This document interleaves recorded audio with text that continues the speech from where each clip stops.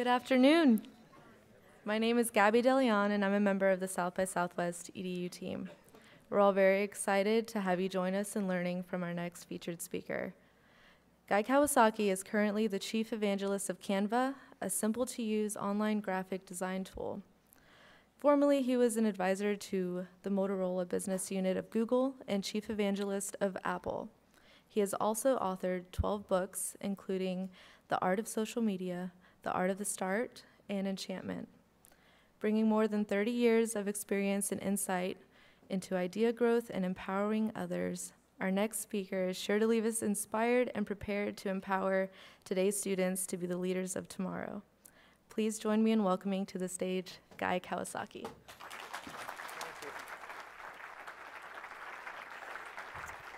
Hi, thank you very much. I'm going to tell you a little bit more about my background so you understand my context. I am not an educator per se. I worked for the Macintosh division of Apple from 1983 to 1987 as Apple's software evangelist. So how many of you use Macintoshes on there? Yeah, this is my kind of audience. Yeah. So I worked in the Macintosh division, which is probably the largest collection of egomaniacs in the history of California. That's saying a lot if you know people from California. And we worked for Steve Jobs, which is a very interesting experience, to use the word interesting very loosely. Because we worked for Steve, we had very special rules, unlike any other part of Apple. Unlimited supplies of fresh orange juice. This is, back in the mid-'80s, so fresh orange juice was a big deal. Today at Google, they have like Tibetan monks raising oranges for you. And we had a great travel policy that, unlike any other part of Apple, a Macintosh division employee could fly first class for any flight over 2 hours. And my interpretation of that rule, of course, is the 2 hours begins at the moment you leave your apartment. So I flew first class from San Francisco to Monterey. It was a great time. Back then, the company had the Apple II division, which was making all the money, and the Macintosh division, which was spending all the money because Macintosh was not yet shipping. And we were such bad people, we would not let Apple II division employees into the Macintosh division building. So if you can imagine working for an organization where you were not allowed in a building of the same organization, and the Apple II people quickly figured out that they were paying for the building that they were not allowed into. So they came up with a great joke about us, which is how many Macintosh division employees does it take to screw in a light bulb? The answer is 1, because the Macintosh division employee holds up the light bulb and expects the entire universe to revolve around him. Because we're in such a homogeneous, highly educated, aware, freedom of choice audience. I'll tell you the Microsoft version of this joke. So the Microsoft version of this joke is how many Microsoft employees does it take to screw in a light bulb? And the answer to that is none, because Bill Gates has declared darkness the new standard. So now, after the Macintosh division, I started several software companies. I became a writer and a speaker. Later, I returned to Apple in 1995 when Apple was supposed to die. Every decade or so, Apple goes through a period where all the experts say that Apple's going to die. And so I chose to return to Apple when it was supposed to die in order to preserve the Macintosh cult, in order to prevent Apple's death. And then I left and I started some more companies, a writer and a speaker. Recently, I advised the CEO of Motorola for about a year. And then I fell in love with this product called Canva. How many of you use Canva already? Yeah, all right. We'll get to that. And I'm the chief evangelist of Canva, which is a Sydney-based graphics, online graphics design service, which you will love. And here I am. And so I've never spoken for the EDU part of South by Southwest. So this is like I'm losing my EDU virginity today. And I have to say, South by Southwest is my favorite conference of the year. And I go to lots of conferences, and this is by far my favorite. And I have to tell you, so lots of people ask me, well, what is an evangelist? And evangelism, if I have my Greek language correct, comes from Greek words meaning bringing the good news.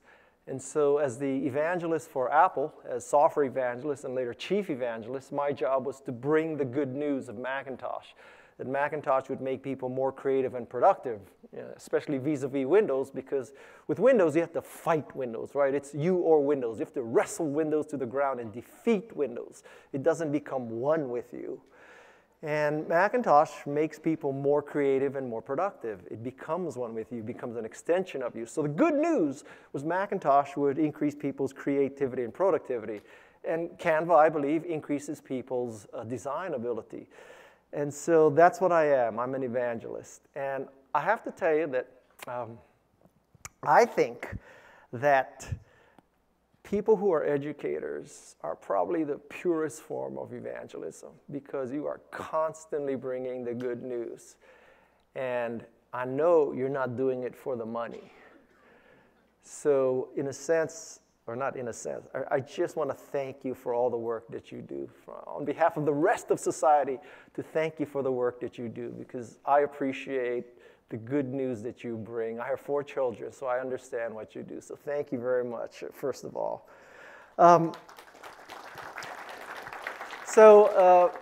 Believe it or not, I hope you don't believe it or not, I'm 60 years old, because I can't believe it. And I'm 60 years old, and when you get to be 60, I'd say there's some sort of differences in your perspective, let's say. And one of the things that happens when you get to be about 60 is you just don't give a shit anymore. You just, let's see how do you do sign language for shit? I've always wanted to.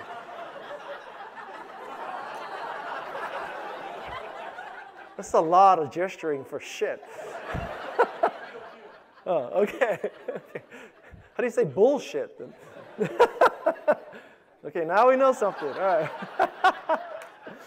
So at 60, you kind of can let it rip now. And so I approached South by Southwest EDU, and I said, I want to give a speech about basically at 60, all the lessons that I've learned. So the title for this speech, formally, is If I Knew Then What I Know Now. So I'm going to tell you from a 60-year-old's perspective who's been at Apple twice, advised Google and Motorola and all this kind of thing. I've written 13 books. I'm going to say some things that with hindsight and with some foresight that I think would be useful for students, would be useful for young people entering the workplace, entering their latest stages in life. But I also have to tell you that I drove the people at South by Southwest EDU crazy, because this was the working title for weeks and weeks and weeks. It's on the website, it's printed, it's all that. And yesterday I said, can I just change the title a little bit? I want to have a slightly different emphasis. So really, the second title I wanted to do was skills that I think students should learn, sort of based on what I know. But really, really what I want to tell you is, this is what I wish my kids would believe when I tell them this. Because I have 4 children. They are 10, 13, 19, and 21. And man, it's much easier to be the keynote speaker than it is to be the parent. Let me tell you something. So I'm going to give you a top 10 of the things that I think students should learn based on what I learned. And this is also pretty much what I wish my kids would believe when I tell them. But that's wishful thinking. So 3 alternate titles. You can tweet all 3 titles if you like. I'll try to fulfill that. I've also watched high-tech speakers for about 30 years now, literally. And I'll tell you something. I learned 2 things about high-tech speakers, which if you're at South by Southwest, you may agree. You may see some in action. Pretty much, tech speakers suck. That's number 1. Tweet that. And the second salient point about tech speakers is that they go long. So they go beyond their official slot. And I've seen this happen time and time again. And I'll tell you something. It's kind of ironic. If you suck and you go short, it's okay, really. And if you're great and you go long, also okay. But if you suck and go long, that's a bad combination. That's like stupid and arrogant. It's like hard to use and buggy. I mean, it's just not a good thing. And so what I do is I always use a top 10 format for my speeches. This is so that in case you think I suck, you can track progress through my speech, because you know I have 10 points. So you know approximately how much longer I'll suck, okay? So top 10. So these are the top 10 things I wish my kids would listen to. I wish that kids, coming out of college and high school would internalize and embrace. And this is based on, if I knew then what I know now. So number one, my observation after 60 years of living is that I used to think that learning stopped when you went to school. And I now think that that is totally wrong. And that one of the lessons that I'd like to impart to my children, and I hope that you impart to the kids that you educate, is the process of learning. It is a process. It is not a sprint. It is a marathon. And to truly be successful in life, you have to continue to learn. One way of stating this goal is because of Google and YouTube and all the information that's been documented on the internet and Wikipedia, I think a worthwhile goal is to figure out how to do anything without asking anybody. And so, when my kids ask me, how do you do something, I push them to the internet. I tell them, go figure it out. And I think that is such a valuable skill of self-reliance, to learn and to continue to learn. And I have a somewhat facetious example. This is a screenshot of it, and I'll even show you the actual video. So we have two dogs. One dog is a pug, so that pug cannot counter surf, just physically. It just can't, pug is about this big. The other dog is big enough to counter surf, and that dog is always going through our trash, always counter surfing. So I said, in the spirit of this keynote, I should learn by myself without asking a vet, without calling up a dog obedience trainer or whatever, because there's Silicon Valley, there's a tutor for everything, right? I should be able to learn how to train my dog not to eat food on the counter. And so I did that to my astonishment. So watch this video.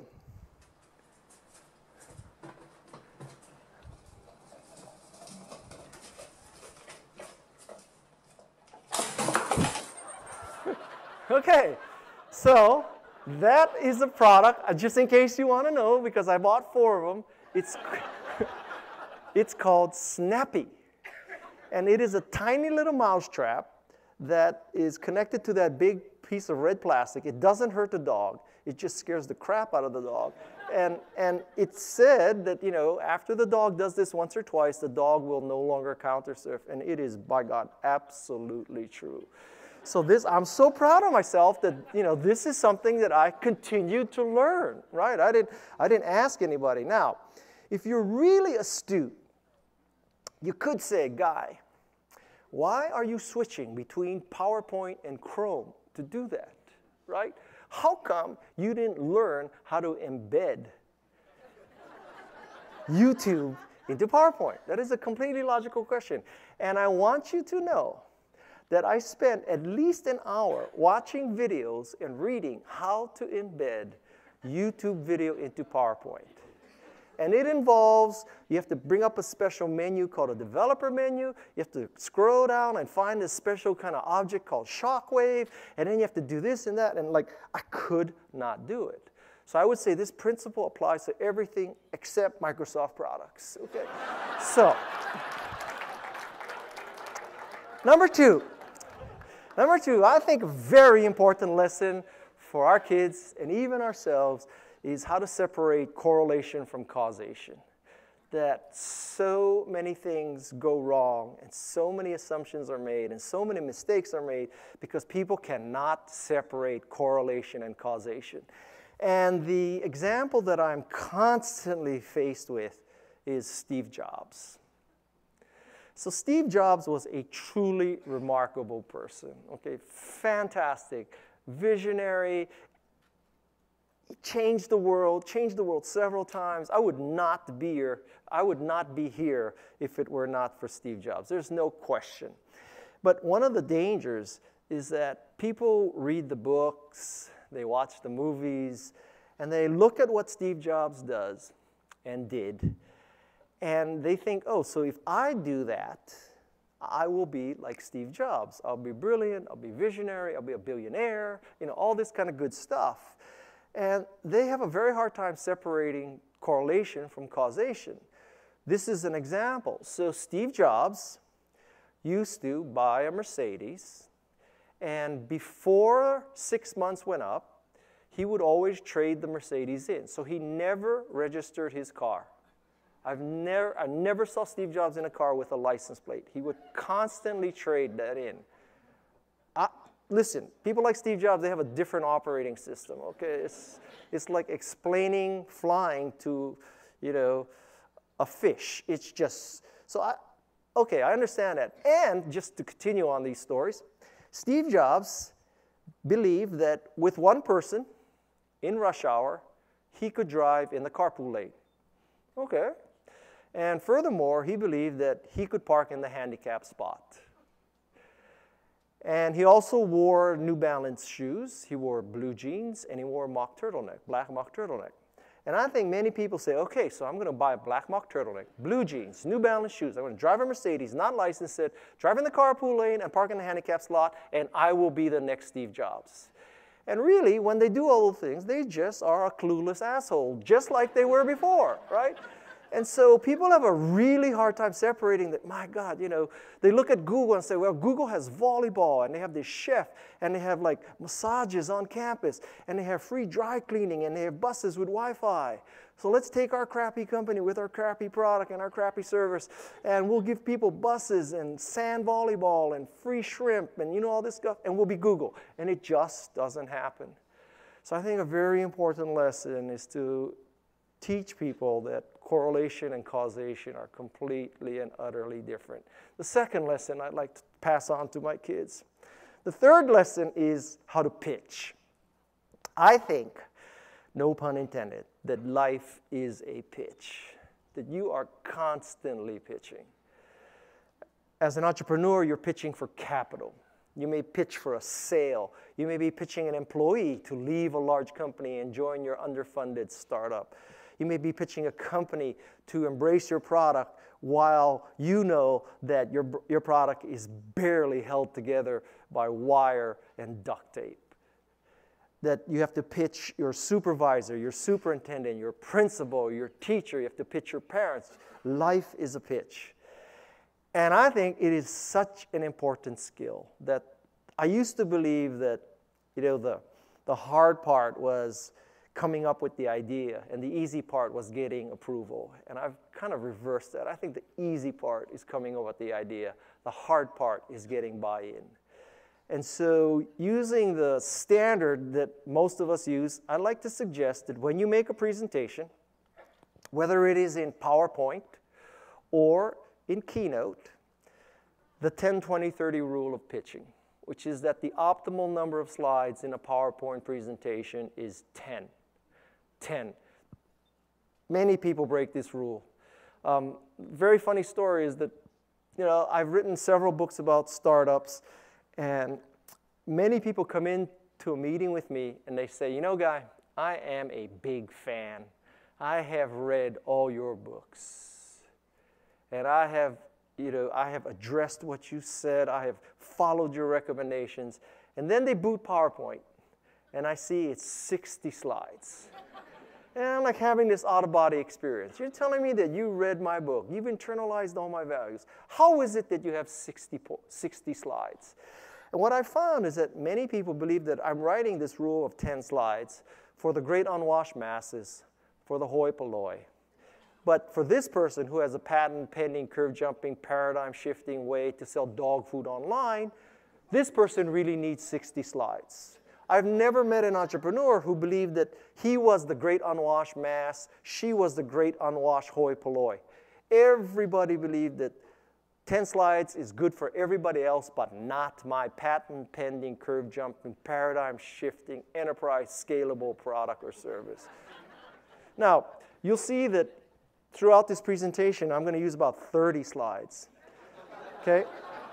So, I want you to know I'm very self-aware, right? So I knew that in recommendation number 1, where I said, continue to learn, well, you're a hypocrite. How come you can't learn to embed YouTube into PowerPoint if you're so freaking smart guy? So I realized that. I pointed that out. I flaunt that. So now you may wonder, well, how come you're going to use 40 slides, guy, and you're telling us to use 10? And let me explain. You are not me, okay? Okay. The next part of the pitch recommendation is I wish I could convince my kids that you need to be able to pitch your 10 slides in 20 minutes. The normal unit of a meeting is 60 minutes. That is true. But so seldom do you get 60 minutes. And in particular, for the 95% of the world who uses Windows laptops, who's not in this room right now, I know from firsthand experience that most people who use Windows laptop, 2 of them are walking out right now, most people who use Windows laptop need 40 minutes to make it work with the projector. So, if I knew that most of the world used Macintoshes, this would be the 10-60 rule, okay? But I know that I have to dumb it down so that all the Windows people don't feel left out and they have 40 minutes to make their laptop work with the projector. And the 30 part of this rule is that I think the ideal size font is 30 points. Anything smaller, 8, 10, or 12, people tend to put too much text and read the text. It's not readable from a distance. Also, when you have that much text, you tend to read it verbatim. And when you do that, what happens is that you read verbatim, and the audience figures out 1 slide into the presentation, this bozo is reading verbatim. I can read silently to myself faster than this bozo can read it to me. I will just read ahead. If this rule is too dogmatic for you, may I suggest an algorithm? The algorithm is figure out who the oldest person is in the audience, divide his or her age by 2. 60-year-old people, divide by 2, 30. 50-year-old, divide by 2, 25. Granted, someday you may be pitching a 16-year-old for something. That day, use the 8-point font, okay? But until that day, 10 slides, 20 minutes, 30-point font. Now, my next recommendation is that everybody should learn at least the basis of writing software. And it's not because I want everybody to become a programmer. I think writing software is a very good exercise in understanding product development, understanding beginnings and ends, understanding project management, understanding all that kind of stuff. Looking back, I really wish I had taken at least 1 programming class. I have never taken a programming class in my life. And I think that has left a hole in my capabilities. And so I don't expect everybody to become a programmer, but if you try to write at least a few programs, as simple as an iOS kind of program, at least you'll know when programmers are bullshitting you. That's the goal, to either be able to write software or to know when you're being bullshitted about software. That's a very worthy goal. So I think everybody should learn to write software, at least 1 class, okay? Number 5. Number 5 is, just to date myself, so, as I said, I'm 60 years old, so I went to school I graduated high school in 1972, I graduated college in 1976, which is, many of you weren't born yet. So my recollection of those days is that I was always trying to reach a minimum, right? In high school, you had to write a 20-page minimum report. In college, same thing, 20-page minimum report. And I struggled with that. I mean, I got the IBM Selectric typewriter, and I found the largest font, like 14-point Orator font on that Selectric typewriter ball, space and a half. I did everything to reach my minimums. And then I graduate, I go to work for Apple, and I find out everybody at Apple has ADHD, and so they cannot read anything 20 pages. And so the standard at Apple that John Sculley set was 1 page. And so my kids, I think they need to understand that you have to be brief. You have to be able to explain what you are, what you do in 30 seconds, the so-called elevator pitch. And I don't mean an elevator, in a building in Dubai. I mean, like a 4-story elevator. And I tell you, it goes to companies. So many companies make mission statements. Many organizations make mission statements. Many of you may have mission statements. And the nature of mission statements is always like, we aspire to create patent-pending, curve-jumping, paradigm-shifting products with a reasonable return to our shareholders while enabling our employees to self-actualize their life goals while killing as few dolphins as possible, right? That's your typical mission statement. And if you took out the name of the company, you have no idea which company this is for. I'll tell you why this happens. So if you're not familiar with how businesses do it, they do a 2-day executive offsite, okay? And usually this offsite is at a hotel with a golf course. There's very high correlation, not causation, correlation, golf course and mission statement. So you take your top 50 or 60 employees to a hotel with a golf course. In Silicon Valley, the best place to do this is the Ritz-Carlton Half Moon Bay. Okay, so you take your 50 or 60 employees for 2 days. You hire an outside meeting facilitator. The reason why you need an outside meeting facilitator is because no one on your team can lead. If you had a leader, you wouldn't need the offsite by definition. So the fact that you need the offsite means that you need someone to be the executive coach, the meeting facilitator. In California, typically, this is a woman. It's not sexism, it's not misogynism, it's a fact that most of the time these meeting facilitators are women. These women, they're driving Priuses, they wear Birkenstocks, they're vegans, they are on a, can I piss off anybody else? They're on a dual career path. They are meeting facilitator, executive coach, and Lamaze instructor. Because if you think about it, conceptually, the process of getting out a mission statement is just like getting out a baby. Same thing, breathe deep and push. And so during the first day of this offsite, Moonbeam, the meeting facilitator, has you form cross-functional teams. Cross-functional team is business speak for teams with people you cannot stand inside your company, okay? So you form cross-functional teams with the people you can't stand.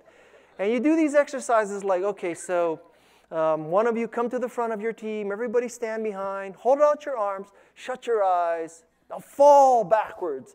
Learn to trust the people you cannot stand. Kumbaya, right? That's the first day. The second day, you're in a room like this, there's a pad of paper, and someone is like, this meeting facilitator, Moonbeam, is going to help you create this mission statement. The mission statement is going to be good, and everybody in the room, 50 of you, figures, wow, I gave 2 days of my life in this outdoor exercises, climbing ropes and ladders together, falling into the arms of people I can't stand. I should at least get 1 word in the mission statement. So that's why mission statements are always 50 words, okay? So I think you should instead make a mantra for why your organization exists. 2 or 3 words. Some examples of potential mantras. For Nike, the mantra could be authentic athletic performance. Not just do it. Just do it is a slogan. Why does Nike exist? Authentic athletic performance. Why does eBay exist? Democratize commerce. Why does Etsy exist? Democratize crafts. Why does Google exist? Democratize information. Why does Apple exist? Democratize computing. Why does Canva exist? Democratize design. I'm not saying everything has to be democracy, but it is 2 or 3 words. If you were to ask me what's my mantra, 2 words, empower people. I want to empower people with my writing, my speaking, my advising, sometimes my investing. So a mantra. And the rubber really meets the road. This is a screenshot, or this is actually a cutting and pasting. This is I hope you can't read it. I figured it would be so small you can't read it. This is an actual copy and paste of the typical email I get every day. And I think that the ideal length for an email is 5 sentences. 5 sentences. This is about 50 sentences. I never read, oh man, I really hope, if you're taking a picture of this, I hope we don't get this person fired. But this is a pitch for me to write about a company, and it took that many sentences. And I can tell you something, I never read to the bottom of that. First of all, usually the first paragraph, I already stop because it, you know, whenever you get a pitch that says, as you know. If somebody writes me an email and says, as you know, well, if I know it and you know it, why are you telling me I know it, you know? And so I think it's 5 sentences. I think the most important part of an email is the subject line. You win or lose with the subject line. The same thing is true with social media, that you know, in 2 seconds or so, someone makes a decision, are you worth following or not? It's because of your avatar, first of all. You know, do you have a great avatar? Do you have a great profile? I like to tell people when it comes to social media that there's a dating analogy. And the dating analogy is that, well, there's eHarmony, right? eHarmony, 29 fields of psychographic information. Are you open to adoption? Do you like to walk on the beach or walk in the mountains? Do you like white wine or red wine? Do you like dogs or cats? Because at eHarmony, you're going to find your soulmate. And this soulmate and you're going to hold hands and gaze into each other's eyes and complete each other's sentences for the rest of your lives. That's eHarmony, right? The other end of the extreme is Tinder. Hot, not, hot, not, hot, not. In my humble opinion, life is like Tinder. It's not like eHarmony. And so I think you need to teach kids, teach people to be brief. That's the nature of the business. Number 6. Number 6 is, I am a firm believer, and I have backed this belief up by going to work for Canva, that you have to learn to use graphics. It used to be a world where if you could just speak, it was good enough. It used to be a world where if you could speak and write, you were ahead of everybody. But now I truly do believe you have to speak, write, and be able to use graphics. Because there's so much action. There's so many emails, so many posts, so many tweets, so many everything. If you don't know how to use graphics, you are at a significant disadvantage. So I'll show you a little graph from my Twitter analytics. So with Twitter, believe it or not, I tweet roughly 50 times a day.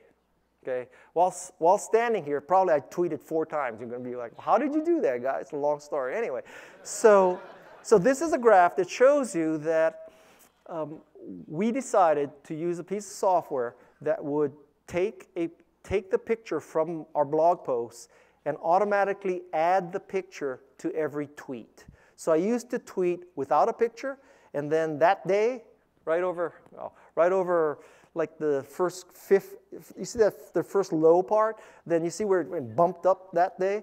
That's the day we decided to add a picture to every tweet. Roughly engagement doubled. And this is a crucial finding.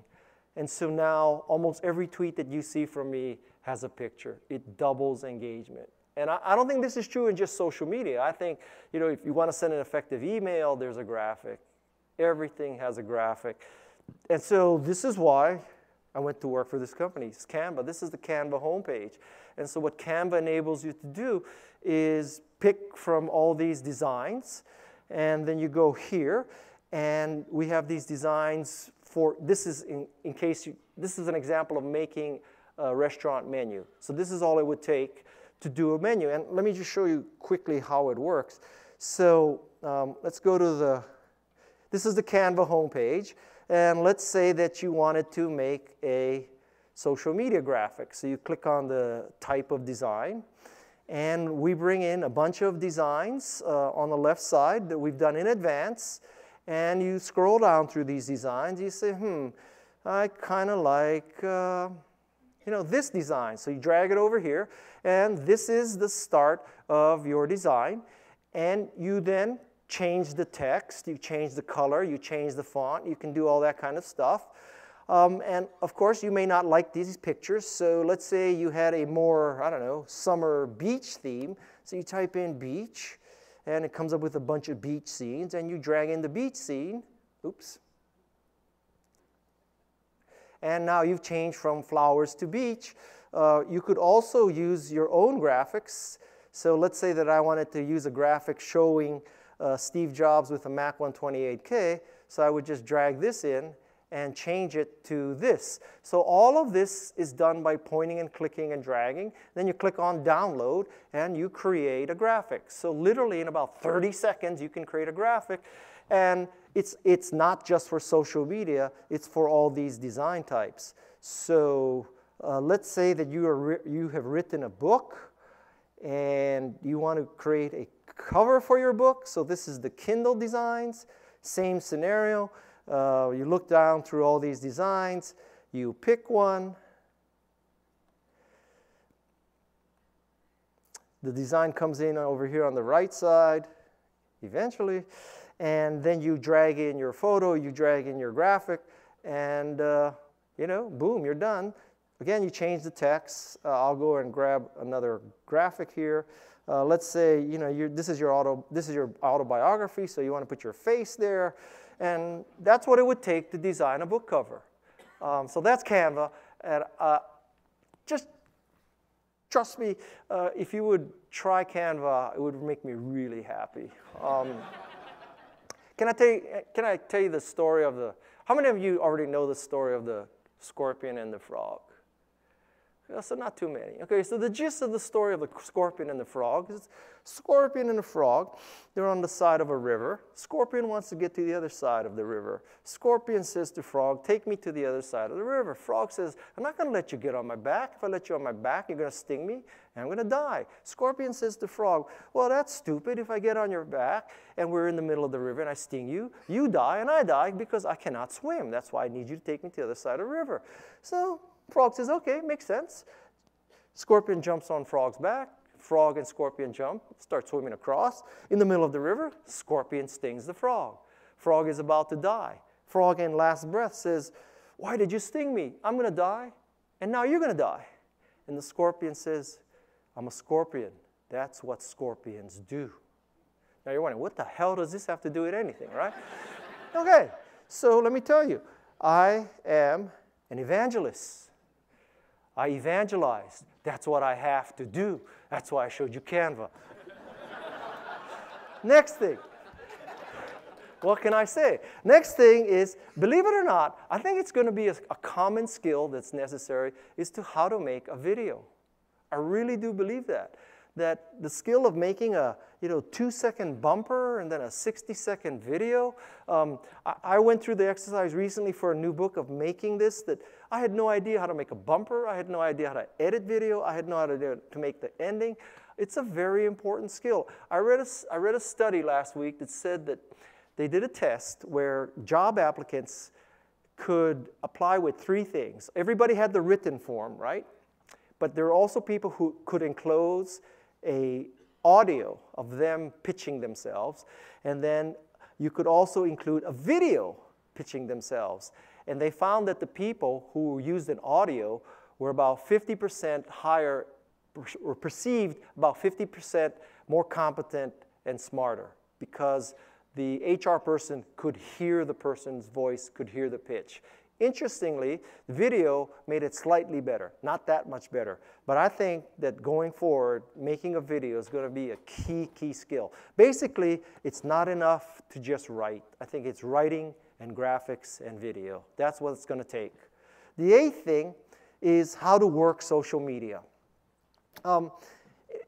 Every time I read these things about, oh, we need to caution our children about using social media. Don't put stupid pictures up because the college is going to look at it. And, God forbid, you have a 4.2 average, you have 2,400 SATs, and Dartmouth's going to see you that you were drunk on Facebook.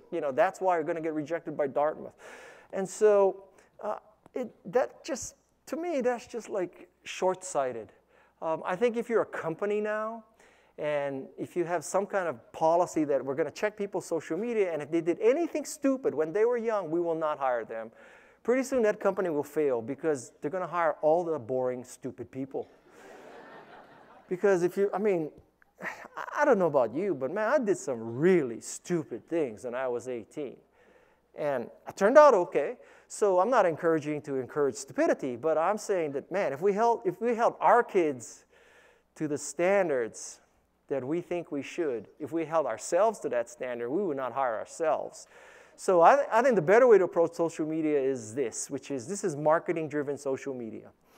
If I told you that a recruiter or a college admissions officer was going to look at Facebook or Pinterest or LinkedIn or whatever, that is a very positive thing. Because now, if I were a student, and I'll tell my kids that, I do tell my kids that, you know, if you know that Virgin America is looking at your LinkedIn profile, is looking at your Facebook profile, if you know that Dartmouth and Harvard and Stanford and Carnegie Mellon and San Jose State and, you know, every college, maybe even USC, if everybody's looking at your Facebook, then market yourself through Facebook. This is a good thing. Show in Facebook that, oh, here I am winning the physics award. Here I am captaining the soccer team. Here I am in Guatemala building a church, right? You can work social media. Now, just to show you the reality between keynote speech and life. So my son is right now in the process of applying for internships. And I looked at his LinkedIn profile. In our family, Jesus is kind of a family thing for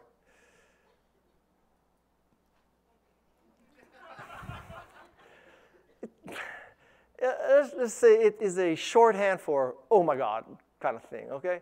So the stuff in white on the left is what my son said. Stuff in right is what I said. So I said, go fix your LinkedIn profile. It's not up to date. The picture you have in your LinkedIn profile was taken from your winter formal, you and your girlfriend, and I could see that you cropped your face out of this big photo. So when people look at it, it's all out of focus, and go fix that. And so my son, you know, think of this like my son, the son of someone who's written 13 books, has worked for Google and Apple, right? Software evangelist. Think of my cred, right? My son tells me, well, I don't even use LinkedIn, so why should I fix it? And you see my response, well, doofus, it's not what you use, it's what recruiters look at. This is a huge difference. So I'm just telling you, this is a moment of humility. I'm telling you that. I'm telling you kids should learn to work social media. I can't even convince my kids to do that, just so you know. Okay, number 9. I think that one of the key skills in life, if you really want to get ahead, is you need to learn how to reciprocate in advance, which is kind of a mind twister. You know, how do you pay something back when it haven't even happened yet? And I have to tell you that throughout my career, this has happened so many times. If there's 2 secrets to my career, it is I worked hard because I love to work. I love to grind it out. And secondly, I helped people before they could help me. And I help people for the sheer pleasure of helping people. And with hindsight, it paid off. But I really get great pleasure. I kind of default to yes. You know, I think in the world there are 2 kinds of people. There are bakers and eaters, right? So an eater sees the world as, wow, there's this limited apple pie. And if somebody else eats the pie, I eat less pie. Bakers say, I can bake more pies. I can bake cookies. I can bake cakes. Everybody can get more dessert. I think that bakers succeed more than eaters because bakers do not see the world as a zero-sum game. So the skill to reciprocate, in particular in advance, is a very powerful skill. This is an example. This is a rug that depicts the war between Ethiopia and Italy. Italy invaded Ethiopia. When Italy invaded Ethiopia, the whole world stood by and did not help Ethiopia except for one country, Mexico. Mexico helped Ethiopia against Italy. Okay. We fast forward about 90 years. Mexico has this huge earthquake. Thousands of Mexican people died in this earthquake.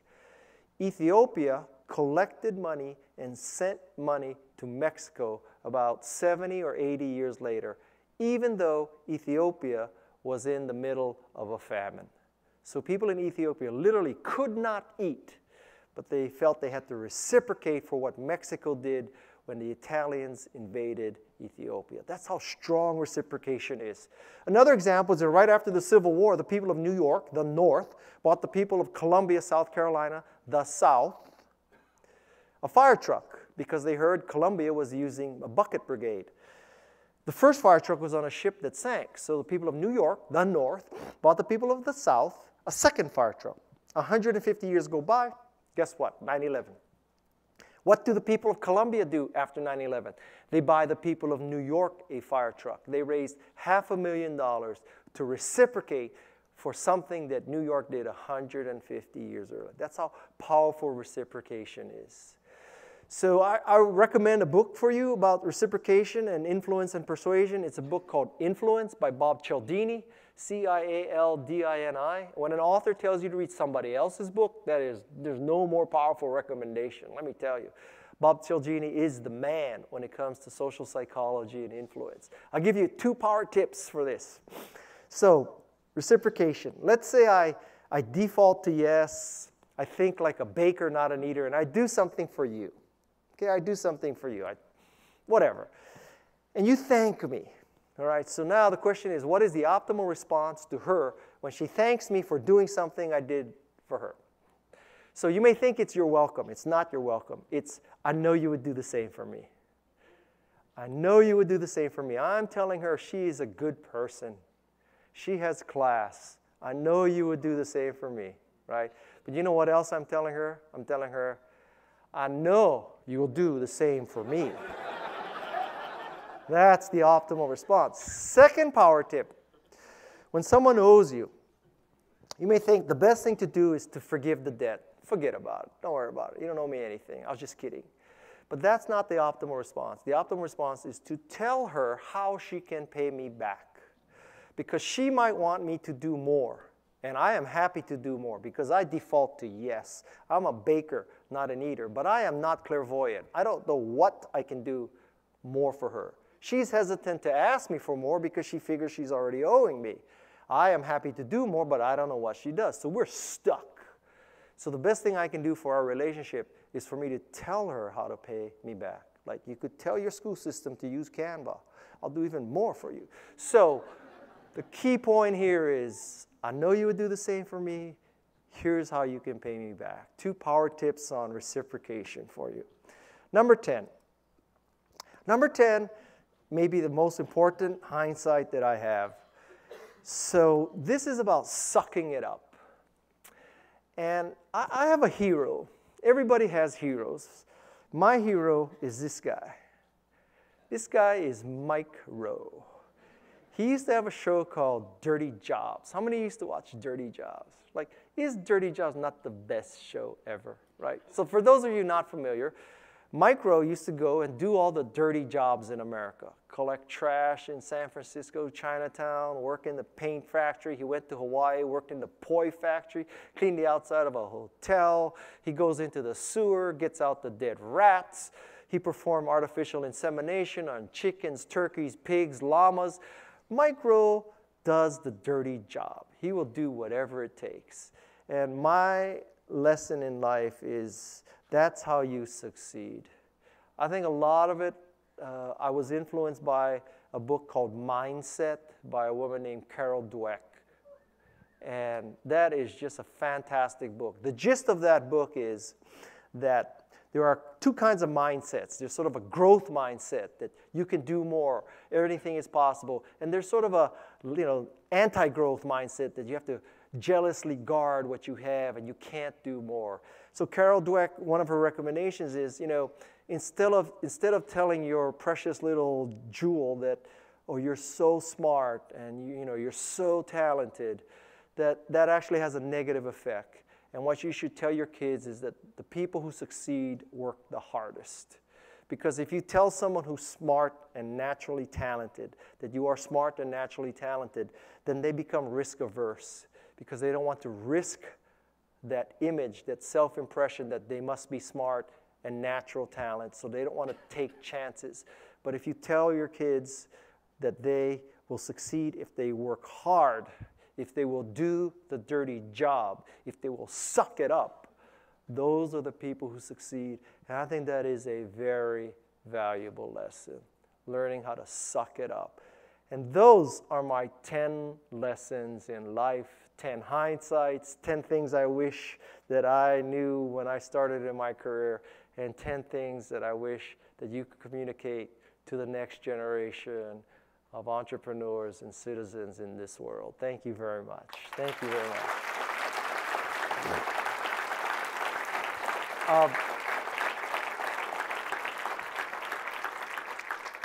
I would be happy to take questions. I love taking questions. So fire away. Okay, no question. I'll see you later then. Yeah. Be sure you get some Franklin barbecue before you leave. Although I have to tell you, this morning I had La Barbecue, and the story I heard is La, am I pronouncing it right? I don't even know. It can't be Le Barbecue. That would make no sense. La. So La Barbecue, the story I heard is that, what's the name of the guy who, like, is it the smoker or the pit boss or whatever? The guy who cooks, yeah. He started La Barbecue, and he was from Franklin, right? I got to tell you, man, I've had Franklin barbecue. It is to die for. And this morning I had La Barbecue, and it is also to die for. I had barbecue at 9 o'clock this morning. Yeah. So I love Austin. I love Allen's boots. These are my ostrich boots. I love ostrich boots, although, you know, in California you can't wear ostrich boots because God help us, you killed something, right? I mean, I'll tell you, once I was in Oslo, Norway, and I went to this sushi bar. If you're ever in Oslo, you have to try this sushi bar called Alex, okay? And they serve whale there. So I had whale sushi. So I tweeted a picture of my whale sushi. Oh my God. You know, I'm never going to follow you, you freaking cold-blooded murderer of little whales. It was like, whatever. I mean, you know, meanwhile, you're eating raw steak. What can I say? So and I don't know how I got on that start. What was the question? I haven't asked it yet. Okay, good. I thought I forgot it already, yeah.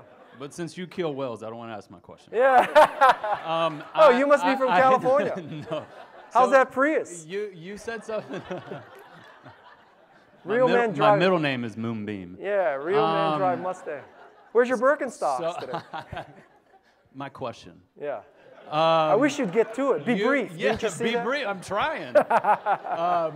You said how to work social media. I noticed you've got a couple what look like pre-planned tweets, like things that were going out that are scheduled. Yeah. Well, yeah, I'm being brief with that. Yeah. So what are your thoughts on that? Okay. On scheduled versus, obviously you're for it. Yeah. Some people are like, no, I would never do it. I'd like to hear that. Okay. So I believe that my social media for me is a marketing platform, okay? I'm not trying to be warm and fuzzy. I'm not trying to make new friends. I have 4 children, 1 wife 1.0. I have 2 dogs, 4 guinea pigs, 1 chicken, about 12 fish, but every day that goes down by 1, so could be. So in other words, I'm a busy boy. I got lots of things. I'm not looking for more friends on social media. For me, social media is a platform. And my approach to social media, I call the NPR model. So for me, NPR provides great content, 365 days a year. Wait, don't tell me, This American Life, you know, all this kind of stuff, Tech Nation, Fresh Air. I love NPR. And every once in a while, NPR runs the pledge drive, right? Now, who among us likes to listen to the pledge drive? Nobody. But do we tolerate that? Yes. And the better people among us, we not only tolerate it, we give money. And how is it that NPR can get away with running a fundraising pledge drive every once in a while? It's because NPR has earned that right by curating and creating great content. So that's my approach. I am constantly trying to curate great content. I have people who are also helping me curate great content. And There's a part, I have a website called Alltop, A-L-L-T-O-P, which aggregates news by topics. For example, there's education.alltop.com. All the education blogs are aggregated there. So you don't need to go to 50 sites, you go to just one. So what happens is that part of Alltop is a site called Holy Cow, K-A-W, because C-O-W was taken. So Holy Cow, like Kawasaki. So Holy Cow has about 10 human interest stories per day.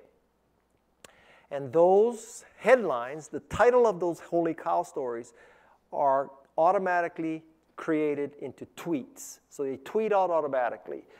And I tweet those things out, or the software tweets it out 3 times, 8 hours apart. And I can tell you with total certainty that tweet number 1, no matter what time of day, gets X clicks. Tweet number 2, X clicks. Tweet number 3, X clicks. So I can either have 3 X clicks or 1 X clicks. And I make the choice to have 3 times the clicks with total certainty. So one thing you can take away from this session is if you want to increase your engagement on social media by 6x, repeat your tweets 3 times, 8 hours apart, and add a picture. 6 times. You know, SEO experts, they like jump up and down when they get 10% improvement. I have given you 600% improvement. Free, okay? Now you're going to try Canva? So to get to this person's question, so I believe that, you know, I listen to NPR, and I know that, you know, Fresh Air comes on twice a day, right? And I watch ESPN, and ESPN shows the top 10 hits, the top 10 plays, the top 10 goalie saves 4 times a day, right? 5 times, maybe 10 times a day. And the calculation here is that everybody who is interested in your tweet is not up and watching Twitter at the same time. Duh. And if you believe that your tweet is so compelling that people will scroll back 12 hours through TweetDeck to find your tweet, you are hallucinating. So I believe that I have to push it out. I have to push it out constantly to reach everybody.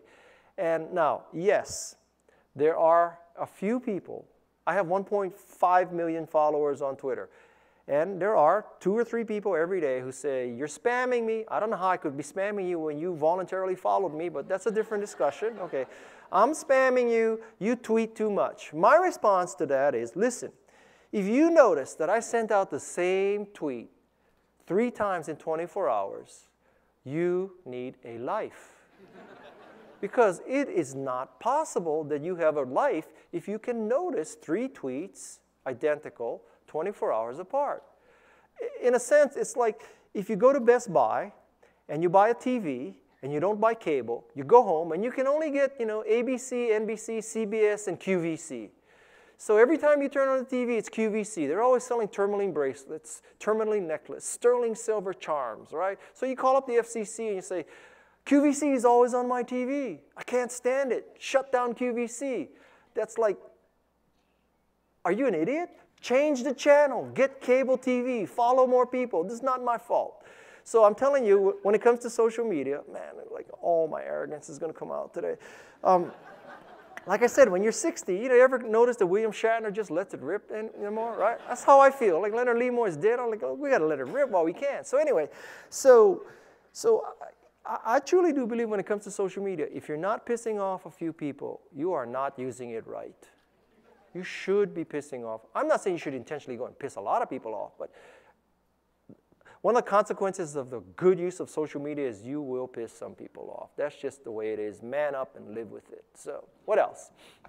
Hi, I'm from Los Angeles, and I drive a Volt. Oh, man. Prius. Yeah. But that's not my question. I wouldn't brag about that. It's a great vehicle. Volt is a great car, yeah. It's a great car. And the next Volt is even better. Yeah, it is. Yeah. Right.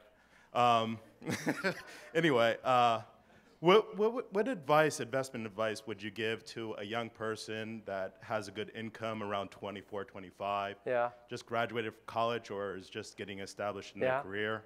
What investment advice? Yeah, I mean, you're famous for Rich Dad, Poor Dad. Oh, right? man, see, oh, man. I could not have scripted this better. Rich Dad, Poor Dad is Ralph Kiyosaki. Oh. I am Guy Kawasaki. My bad. I know. You know, I know we all look alike. We sound alike. It's okay. It's okay.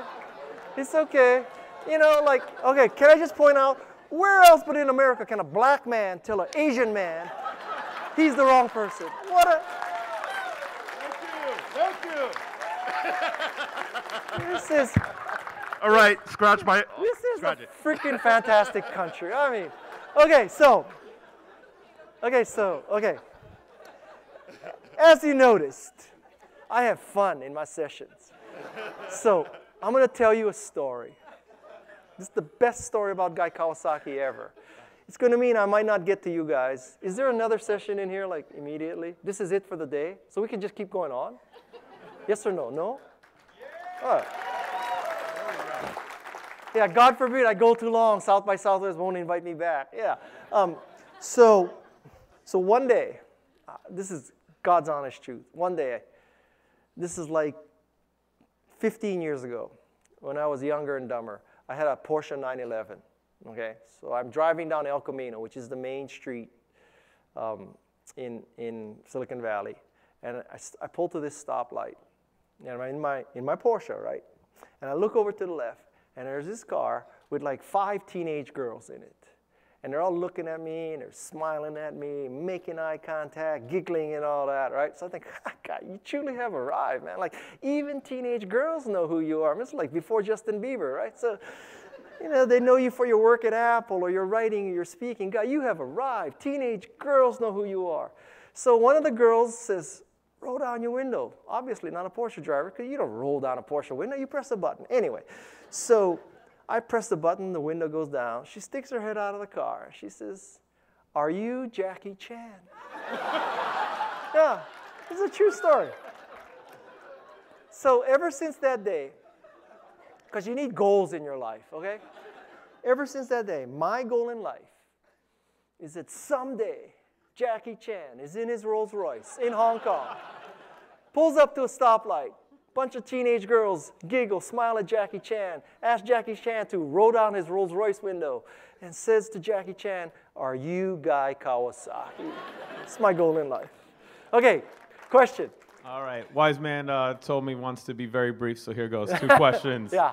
One is, how did you come to earn such an awesome position at Apple at a young age? Like, Okay, and I'll tell you 2, what was the toughest thing about writing your first book? Okay, first answer is nepotism. My classmate from Stanford got me the job at Apple. I was not qualified for it. I came from the jewelry business.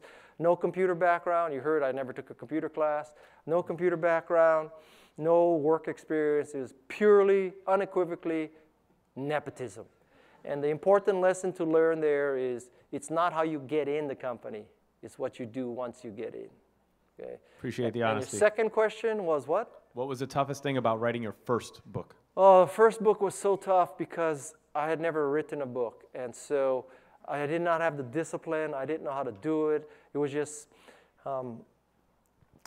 basically, I vomited the book out, to use a powerful verb. I vomited the book out, and then I spent about 6 months picking out the undigested particles of food. That's called editing. And so that's what it took. And, you know, that's when I wrote it in 1987. I had never written a book before. I wrote it because I was frustrated in the job that I was in. And the most powerful force in my education was my high school English teacher. So I had a high school English teacher, and he was a pain in the ass. We had high school composition where we'd have to write essays. He would find mistakes in the essay, like, you know, lack of serial comma, passive voice, split infinitive, whatever. So we would have to write the sentence incorrectly. We'd have to cite the rule in this grammar book, write the rule down, and then write the sentence correctly. And that's a major pain. And this is before word processors. Okay, this is, you know, this is like right after electricity was invented, I was doing this. And so he taught me how to write. And I tell you, he died a few years ago, and he's in heaven right now, and he's laughing because I'll tell you, I'm the least likely of his students to have written 13 books. So speaking of heaven, I can also tell you that Steve Jobs is in heaven right now telling God what to do. Okay, next question. Thank you. I'm going to finish this, and Wait, you guys not looking too happy. It's okay? Okay, we're going to take 2 more, and I'm never going to be invited back to South by Southwest EDU, but yes. Yeah, Paul Heil from Slido. So you've given us some great insights into content and presentations, but obviously you're an expert on humor and storytelling. Well, so it's easy to be funny when somebody thinks you're Ralph Kiyosaki. Well, okay. So could you just give us some insights into that? Because not all of us might be so natural. So when it comes to presentations and implementing storytelling and obviously humor, I think the key to great presentations literally is telling stories. That you never use adjectives. That every tech CEO says patent pending, curve jumping, paradigm shifting, scalable, high quality, bug free, fast, easy to use product. And it's because most companies assume that their competition is saying, well, I have a slow, buggy piece of crap software that can't scale. So you come up and you say, oh, I have high quality, easy to use, bug free, scalable product. Oh, you're different. Everybody else said they have a piece of crap. Well, everybody says they have great software. This is called the opposite test. So the way the opposite test works is, are you saying something that's the opposite of your competition? So if your competition is saying, my software is crap, and you say your software is great, you're different. Chances are your competition is saying, my software is great. So you're saying your software is great, you're not saying anything. So it's the opposite test. Okay? Yes, last question, I'll let you guys go. Yes, I need to help as a father. I have kids. There's the blind lead the blind here, buddy. Your honesty today about your own kids has been very refreshing. I'm helping my kids start a business, but they don't listen to a thing I say. Yeah. And actually, we took a picture with you this morning when we found you wandering alone in the halls. We're the animation chefs. We did a presentation here, and they don't listen to Dad much. So if you put a number 11 on your top 10 that said how to teach kids to do a startup or how to teach kids entrepreneurship, what would your, just off the top of your head, you mean advice be? Besides buy my book, you mean? Besides what? Buy my book. Yeah. Right. I would tell you the most important thing for entrepreneurship today is to get a prototype. That it's not about Excel or Word or PowerPoint. It is to get a prototype. That's easy in software, right? So work on the prototype, get it into hands of people. You learn more in 1 week in the hands of people than you will sitting around cogitating, with your buddies. So get a prototype. To use a more analog example, if your goal is to start a restaurant, I could make the case that maybe the prototype for your restaurant is a truck. You want to prototype your restaurant, start with a street food truck. I mean, that's $100,000, but restaurants cost millions to start, right? So my whole thing is, Eric Ries, the author, is coming here, and he's talking about the MVP, which is minimum viable product. Very good concept, which is basically get the prototype out, or what I say, don't worry, be crappy. But I just came out with a new book called The Art of the Start 2.0, and in that I say, well, it should be MVVVP. So it's minimum. It's viable. Viable means, you can make a buck with it. Revenues can exceed costs. But the next 2 V's, first V stands for valuable. That even if it's something viable, it may not be valuable. It may not change the world. And then the last V is validating, that it should validate your vision for the world. So let me use an anti-example. Let's say you're Apple. You wake up tomorrow and you say, well, why don't we sell Apple label printers? Is it viable? Yes. Apple could slap an Apple logo on a Canon engine and people would buy it. It is viable. They could do it, right? So that's viable. It passes the viable test. Is it valuable? Does the world need another laser printer with an Apple logo? Not really. Not really. And is it validating? Apple selling a printer, what does it validate about Apple's vision of empowering people, making people more creative and productive? Doesn't validate. So ask your kids to make a prototype and ask themselves, is it the minimum viable, valuable, and validating product? Thank you very much. Thank you very much. Thank you.